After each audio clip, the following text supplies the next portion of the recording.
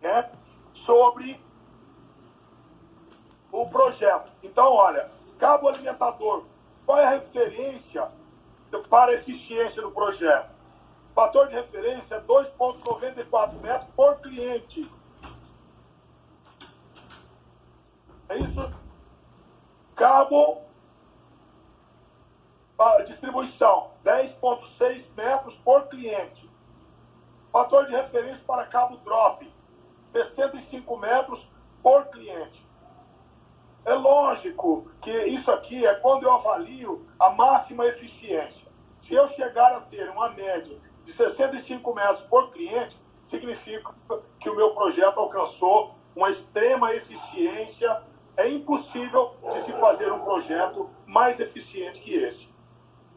E aí eu posso extrapolar uma premissa, né? Eu posso extrapolar a margem, o limite de uma premissa e sacrificar outra. Então, para ter a melhor eficiência do projeto, eu poderia considerar essas informações aí. Tá bem, pessoal? Ficou claro aquilo que eu comentei no início? Ok? Então, deixa eu só pontuar aqui alguns detalhes. Nós vamos voltar sobre isso logo após o período da tarde. A gente vai voltar. Oi? Pergunta?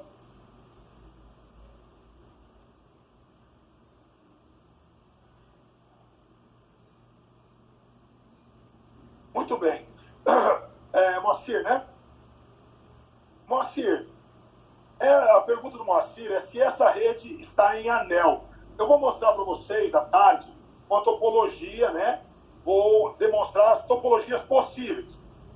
Então, assim, ó, eu consigo ter essa rede em topologia de barra, topologia de anel, topologia de estrela e topologia de árvore. Ok? Então, é possível de se alcançar a topologia em todas essas estruturas. Porém, as aplicações que a gente tem aqui são um misto de estrela, porque eu tenho um concentrador, uma central, tenho uma estrela conectada a outra estrela, então aqui eu tenho uma estrela e aqui eu tenho outra estrela. Então, topologia física é estrela, estrela. Porém, a topologia lógica, né, da tecnologia, eu diria que é ponto, ele faz um modelo de ponto a multiponto, né? Mas eu poderia criar alguns ajustes, algumas conexões físicas que desenharia, mesmo mantendo a topologia lógica, operacional dela em ponto a multiponto, né? Operando fisicamente em barra, operando fisicamente em anel, quando eu vou conectando, né, diferentes splitters com menor quantidade. Um exemplo de topologia física em barra é quando você tem uma rede desbalanceada, por exemplo, com um splitter derivando de um para o outro. Eu tenho uma extensão linear, uma estrutura, um maior alcance linear da rede, né, fisicamente, mantendo ali a topologia em barra. Porém, a arquitetura lógica dessa rede continua sendo um modelo ponto-multiponto, né? Onde você tem cada entidade transmitindo a seu tempo, num sistema de time slot, etc. Tá bom? Então, a topologia aqui, ela é basicamente estrela. É muito comum estrela ou barra. A estrela é quando eu faço a rede no modelo, vamos dizer assim, vamos denominar aqui para ficar mais prático, no modelo de balanceado, como todo mundo conhece. O estrela seria um modelo balanceado. E o barra, ou barramento, seria um modelo desbalanceado, do ponto de vista da sinalização, né, física do projeto da rede ótica. No caso das redes PONs, numa arquitetura muito comum em FTTH. Tá bom? Então, é bem comum a gente ter a rede num cenário mais esparso, eu uso a topologia em barra. Num cenário mais denso, mais centralizado, mais denso, no menor espaço, maior número de clientes, eu uso uma topologia balanceada. Eu diria que numa área desbalanceada, eu faço um projeto desbalanceado. Numa área balanceada, eu faço um projeto balanceado. Esse é o modelo ideal de planejamento. Pode acontecer de fazer o contrário, numa área desbalanceada, um modelo balanceado, e numa área balanceada, realizar um modelo de projeto desbalanceado. É possível? Sim, porém isso impacta na eficiência econômica e até técnica do projeto. Então eu tenho que saber trabalhar muito bem esse aspecto. Ok? Respondi a dúvida do Moacir. Então, muito bem.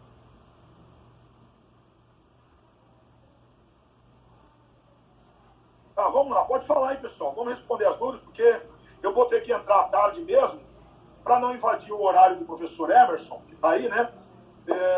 E a gente volta depois. Eu vou responder as dúvidas que tem, depois nós vamos falar aqui do posicionamento de POP, etc. Pode falar, Moisés.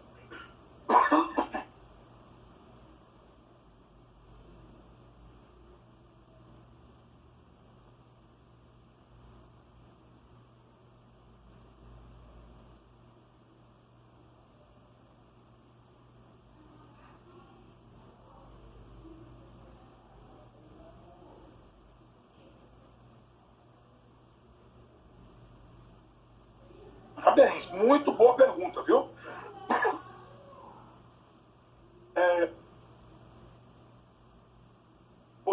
Esse quem é o Michael, né? O Michael pergunta, César, esse cabo alimentador, as vias dele podem ser utilizadas para fazer uma rede de distribuição ou ele é exclusivo para uma rede alimentadora? Pessoal, nós temos o material, né? Até nós vamos colocar na semana que vem uma aula, o Marco Paulo volta para falar na semana que vem, e complementando aí o projeto, ele vai falar muito de cabo, nós vamos aprofundar bastante o tema de cabo, falar de tudo, da mecânica, enfim, da estrutura de cabo, e aí a gente vai começar a selecionar os cabos por zona de aplicação. Então, inicialmente, o que eu diria para vocês é o seguinte: o cabo que vai na zona alimentadora, ele é o cabo que, naturalmente, do ponto de vista do projeto, ele carrega a maior responsabilidade, não é isso? Então, ele tem que ter um cabo com maior estrutura mecânica, maior robustez, maior capacidade do ponto de vista mecânico, tracionamento, numa área onde, de repente, vai passar por uma área de maior risco, onde alguém pode tensionar o cabo. Eu digo isso por quê? Porque a responsabilidade, a carga daquele cabo, né, é maior diante da rede, porque ele carrega a rede como um todo. Ele é o troncal. Então, na decisão de dimensões, de características do cabo, eu tenho que escolher um cabo apropriado. Então, eu diria para vocês, os cabos indicados para a zona feeder são cabos tipo AS. Para quem conhece cabo aí, tá? Nós vamos falar depois sobre essas características. O cabo AS, se for aéreo, ou ADSS, que é uma característica, como ele é chamado nos Estados Unidos, por exemplo, né?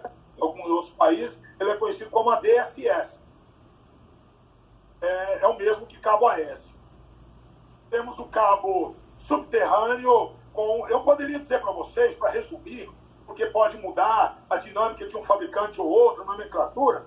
Então, vamos dizer que o cabo troncal obrigatoriamente deve ser um cabo multitubo.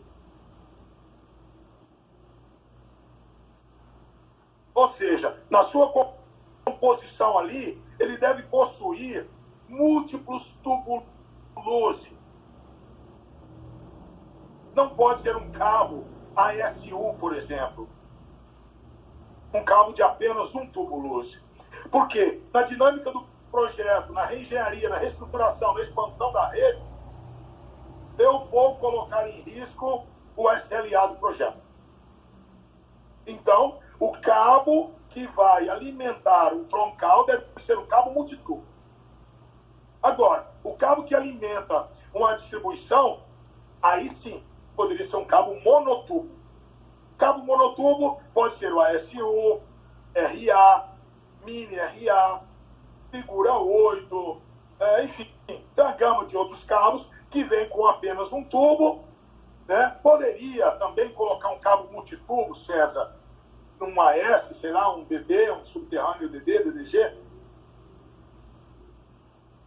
na zona de distribuição? Poderia. Lógico que não é necessário. Então, isso a gente avalia no aspecto econômico. Não há necessidade de eu colocar um cabo multitubo numa zona de distribuição. Então, quando eu não considero todas as premissas do projeto, eu posso estar aplicando um tipo de material numa zona, né, que de repente vai encarecer o projeto e às vezes eu me vejo obrigado a baixar a qualidade. Então, um ponto importante é esse. Eu devo considerar, tá, mecanicamente cada uma das zonas do ponto de vista de qualidade de material para que eu tenha qualidade e o menor custo possível para maximizar aquilo que a gente pode chamar de eficiência do projeto. Tá bom? Então, o cabo feeder deve ser um cabo multitubo. Ah, mas o cabo de distribuição aqui, César? Então, aqui, ó, cabo de distribuição. Que cabo poderia ser aqui? AS, AS1, RA, Mini RA, ASUT, figura 8, sei lá, não sei, depende da sua característica, do que você pode usar ou não, né, da sua demanda ali. Esses cabos são cabos monotubo, de apenas um tubo, tá? De apenas um tubo luz, onde todas as fibras vêm acomodadas dentro de um único tubo. Por isso, eu colocaria ele aqui, ó. Muito bem. No troncal, obrigatoriamente eu deveria usar um cabo multitubo. Ah, mas são poucas fibras, só tenho, sei lá, 12 fibras. Seria bom que o meu troncal fosse um multitubo, ou seja, 6 tubos, de acordo com o agrupamento necessário ali. Tá bom? Muito bem. Posicionamento do POP é importante, pessoal, e vai ser decisivo para a qualidade da minha rede. Né? Medidas de cabo. De acordo com a posição do POP, eu tenho medidas de cabo, referência de custos, eu tenho facilidades para escalabilidade, ou seja, ajustes, né? Expansão. Eu quero maximizar nessa direção, eu quero aumentar a banda, colocar mais clientes. Teve uma demanda aqui, eu não tinha pensado na demanda, mas eu pensei na possibilidade de escalabilidade. Veja só, eu não identifiquei a demanda naquele momento, mas por não identificar a demanda, eu planejei a escalabilidade. Deixei planejada a minha rede para uma facilidade de manobra, caso ocorra uma demanda não planejada.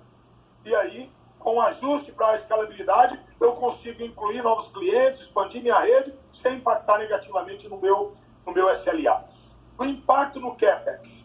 Qual é o impacto no custo de construção da rede? Se eu coloco mais POPs ou menos POPs, eu posso gastar mais na rede? Sim, posso gastar mais, eu posso gastar menos. Eu posso ter maior eficiência ou menor eficiência.